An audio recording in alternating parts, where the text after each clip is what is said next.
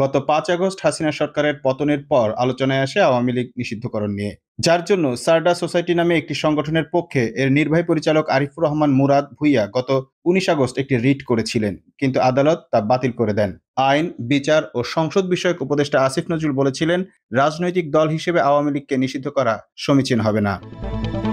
এদিকে বৃহস্পতিবার বিষয়টি নিয়ে সাংবাদিক খালিদ মহিউদ্দিনের সঙ্গে কথা বলেন অন্তর্বর্তী সরকারের তথ্য ও সম্প্রচার উপদেষ্টা মোহাম্মদ নাহিদ ইসলাম। এক প্রশ্নের জবাবে নাহিদ বলেন, আওয়ামী লীগ ফ্যাসিজম ও গণহত্যার সঙ্গে জড়িত, তার বিচার কার্যক্রম এখনো চলছে।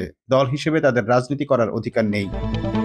আওয়ামী লীগ কিভাবে নিষিদ্ধ হবে এমন প্রশ্নের জবাবে নাহিদ বলেন, সরকারের জায়গা থেকে আমরা এককভাবে সিদ্ধান্ত নিতে চাই না। এসব জাতীয় বিষয়ে সিদ্ধান্ত নেওয়ার আগে অন্যান্য রাজনৈতিক দলগুলোর এ বিষয়ে মতামত নিয়ে সিদ্ধান্ত নেওয়া হবে। সব রাজনৈতিক দলগুলোর ঐক্যমত্য হলেই আওয়ামী লীগের রাজনীতি নিষিদ্ধ করা হবে।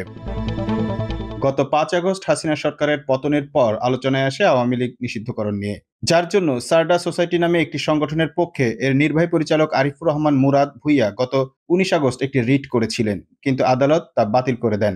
আইন, বিচার ও সংসদ বিষয়ক উপদেষ্টা আসিফ নজরুল বলেছিলেন, রাজনৈতিক দল হিসেবে আওয়ামী লীগকে নিষিদ্ধ করা সমীচীন হবে না। এদিকে বৃহস্পতিবার বিষয়টি নিয়ে সাংবাদিক খালিদ মহিউদ্দিনের সঙ্গে কথা বলেন অন্তর্বর্তী সরকারের তথ্য ও সম্প্রচার উপদেষ্টা মোহাম্মদ নাহিদ ইসলাম। এক প্রশ্নের জবাবে নাহিদ বলেন, আওয়ামী লীগ ফ্যাসিজম ও গণহত্যার সঙ্গে জড়িত, তার বিচার কার্যক্রম এখনো চলছে। দল হিসেবে তাদের রাজনীতি করার অধিকার নেই।